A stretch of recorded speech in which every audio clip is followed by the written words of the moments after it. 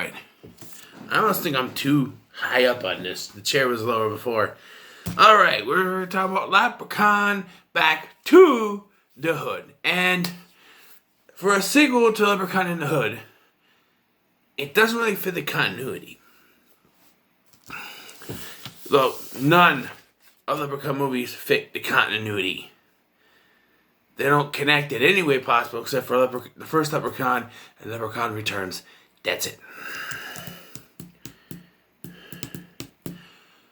But I will say that for me, this one was a step up from Leprechaun in the Hood. Now, during when I was watching this, you notice there was a big break. I stopped to watch some of Titans Season 2, and I finished the first disc and watched the whole second disc, and I was like, okay, let's get back to Leprechaun after Henry Danger, because I got to catch up on that. My son and I will watch it together when we get a chance to.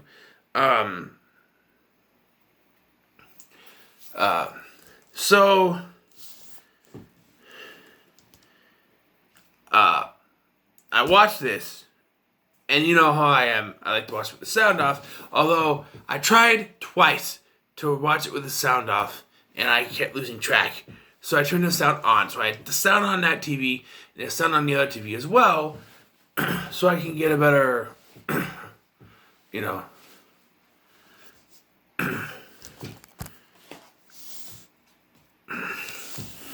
better review out. Because apparently I did miss some stuff in the last one. I'll talk about it now. Apparently the beginning of the film of Leprechaun in the Hood takes place in the 70s. Which, I know, continuity in this series is fucked up. But how is he in the hood in the 70s and still in the hood by the year 2000 when he's in, Nebraska or wherever the hell the farmhouse is in the first one? He shows up there and then he shows up. It doesn't make any sense. I can't remember the other thing.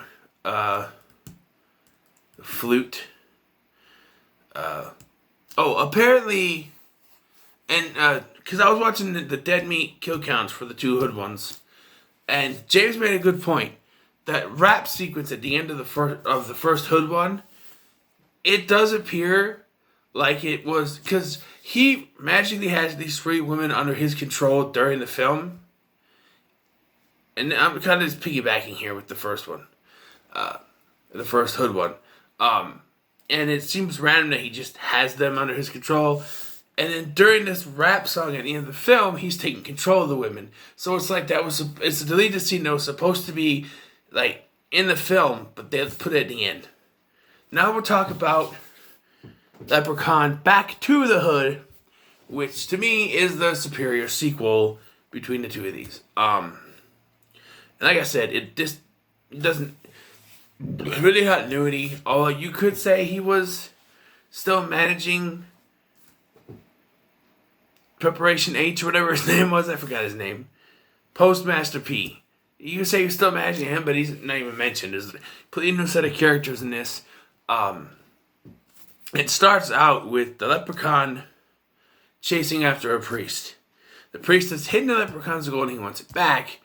And apparently, out of nowhere, first of all, we get an animated little story that says that the leprechauns aren't all evil, and that they only come out to punish them who seek to take their gold for evil means. Except for one leprechaun. Can you guess who it is? This leprechaun. And because he stayed, and it's explained there that because he didn't go back with the rest of the leprechauns and he stayed in our world, he became corrupt and evil, I guess. And for some reason, it's never mentioned in this film, but the Wikipedia page has him named as Lubdan. Okay? I don't know where that came from. It's not in the film at all as far as I heard. I don't know. And apparently, rainbows can find the pot of gold. If you try to find a pot of gold, the rainbow, I know, they mentioned it in the first one, way back in 1993. But ever since they had not shown a single rainbow, now all of a sudden, rainbow. And And this priest, holy hell, he just conjures up demons from hell to take Leprechaun and bring it down into the ground, into hell. And then he dies for some reason, the priest does. And then we cut to, a year later, because this whole thing about is he was using this money to pay for a new youth center. Well, a year later, there's still no youth center. One thing I want to say about this movie is the characters are, in my opinion, better than the last one. Like James Agenique said that the characters in the first one were good characters, and they were. Don't get me wrong. They had a decent, they had a good arc, how they wanted to be famous. They wanted to get out of the hood. They wanted to do stuff. I didn't mention it in my review, and I'm sorry. But these characters, I think, I relate more as one, the more well-known actors. Laz Alonso, who is in Fast and Furious, is in this. And then Paige Kennedy, who you may know from Blue Mountain State, which is ironic because I was just watching Titans, which has Alan Richardson, who was also on Blue Mountain State. May have to find my... I have the first 2 seasons. I have to find the DVDs and pop them out. Watch them for a little while after I finish it. I'm going to try to do this one and Origins. I'm going to have to resort to watching the kill count to get my views out on Origins. Because I can't find an MDVD anywhere. So, anyway, I do like the characters better. Now, you may be thinking that the character of Jamie, played by Paige Kennedy, is all the things that I said about the characters in the first one. How they had that kind of talk. How all they want to do is smoke weed and all that stuff. Yes, he's all that. But I like the actor. And he actually laughed in this one. He made me laugh. It was real funny. And yes, he's all about smoking weed. And they really, and he buys his weed from his friend, who's the main girl, her ex. Apparently something happened with them. I don't know what it was. And they have a third friend who's a female. She gets taken out halfway through the film by the Leprechaun. But here's the thing. Like, the characters in this are decent. Better than the last one. And even the hood itself isn't as hip-hop-ish, I want to say. It's better acted. Like, the actors in this, even the gang, is better acted than the ones in the last one, I think.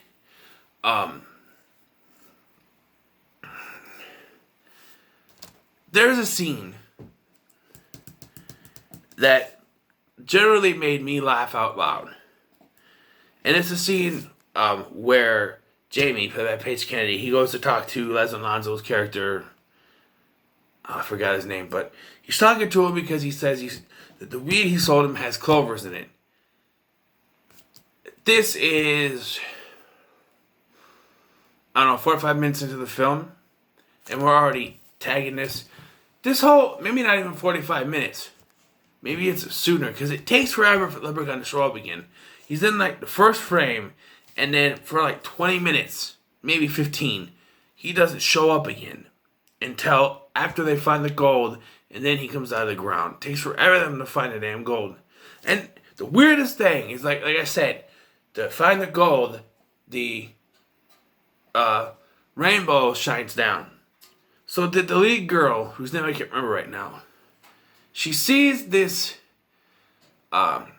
rainbow shine down, and she walks over to it, and gets into the thing and twirls around and something. Like, who does that? Oh, a rainbow. First of all, rainbows don't ever actually touch the ground.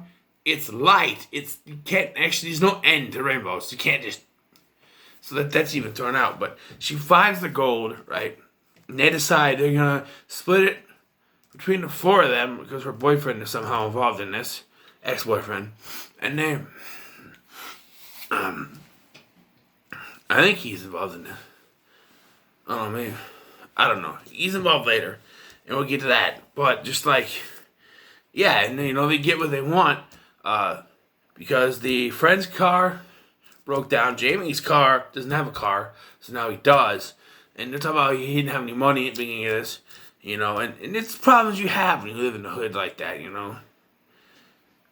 I mean, I have movies every 2 weeks, what do I know? But, yeah. Now, the Leprechaun's look is different in this. They purposely changed him up a little bit. There's no more rhyming, and he's a little more, like, dark in the color. His hair's a little longer. His wardrobe, he looks just like James called him the Leper Duke because he looks like a little Babadook, I guess. The Leper Duke.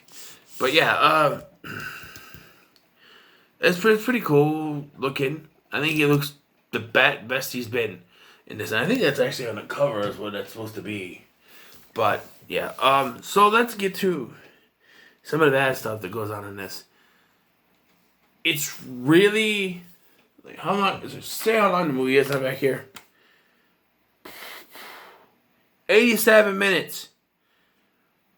And it seems longer because it seems like they're running out of stuff to put in 87 minutes worth of time. Shit. And they just had to extend it a little bit because there's literally a scene where they realize they have to give the leprechauns money back. Like, their friend is killed, the female friend is killed, and they have to give the money back. But they've spent it all, but they go to the chest, and they find out that the money, it replenishes itself. So it comes back. And they're like, okay. So the girl, she goes in another room to do something. She comes back, and the ex-boyfriend is taken off with the chest. And I'm like... okay, they're about to give that back. This is just to push out the runtime. I guarantee you, because then he doesn't even do anything with it. He ends up having it, and it gets to the point where it gets stolen from him by the thugs, and then Leprechaun shows up, and we did this repeated scene of them. This guy just beating a leprechaun over and over. It's like Friday the 13th Part 8, where Julius is beating the hell out of Jason. But he gets too weak after a while. But instead of getting decapitated here, he just gets pushed in, his heart pulled out, I think it is. I don't know.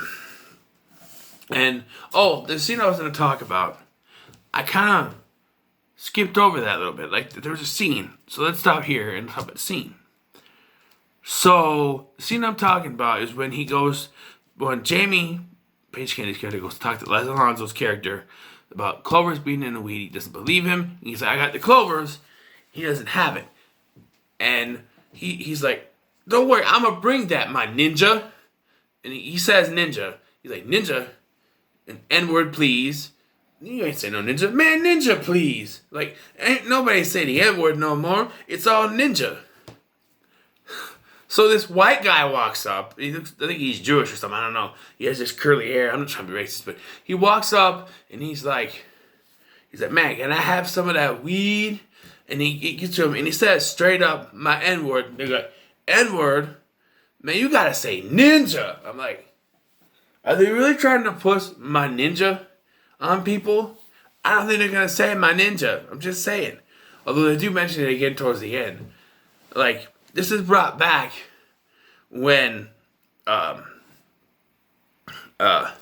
the end, they go to talk to Esmeralda, who's this psychic lady, and she says only two things can defeat Leprechaun, which are the 4-leaf clovers and his gold. What happened to the necklace from the previous one? Huh? And there was another weakness too. Raw iron? I don't know. And so he pulls out the bag of weed and he pulls out the clover and he's like, I told you, my ninja. I'm like, oh, that brings it full circle. And they squeeze that out. Here's my problem though. He shoves it in a bullet and then he drips hot wax on it. Wouldn't the heat from that cause it to blow up?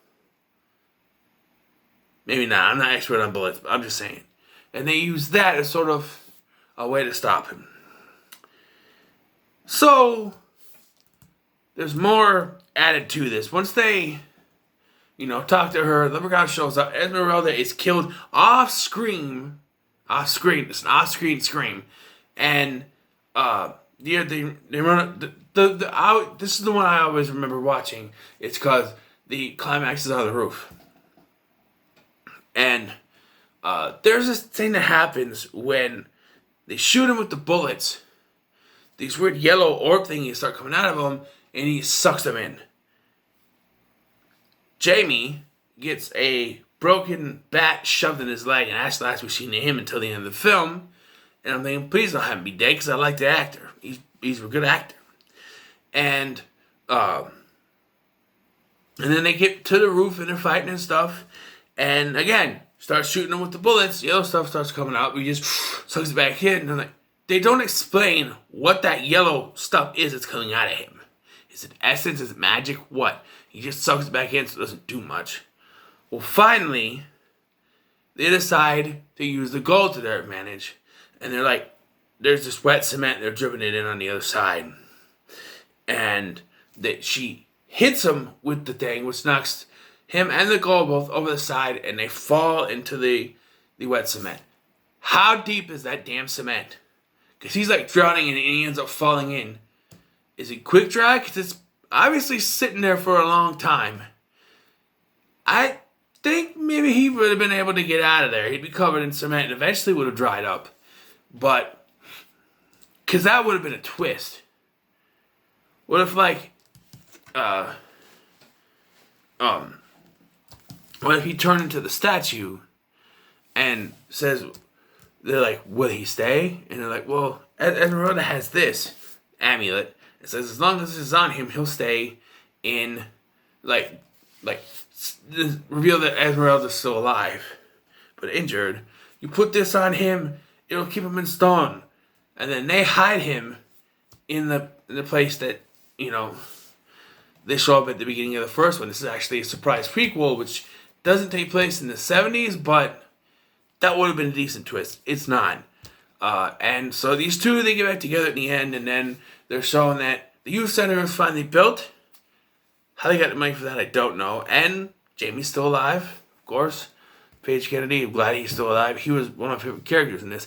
I actually enjoy this. I think from now on, I might watch this one as well. I think I watched it a few times, not all the way through, though. Here and there, when on St. Patrick's Day. I think I'm going to start watching this more, because it's not bad at all. I'm going to go ahead and give it a 6, because it's not one of the best, of course, but it's still pretty good. So it gets a 6 for me. And next we got Leprechaun Origins. We'll get into all of that, because they totally fucking lied to us with that movie, man. Totally. We'll get to that. So, what are your thoughts on Leprechaun Back to the Hood? Let me know in the comments below. Like, share, and subscribe.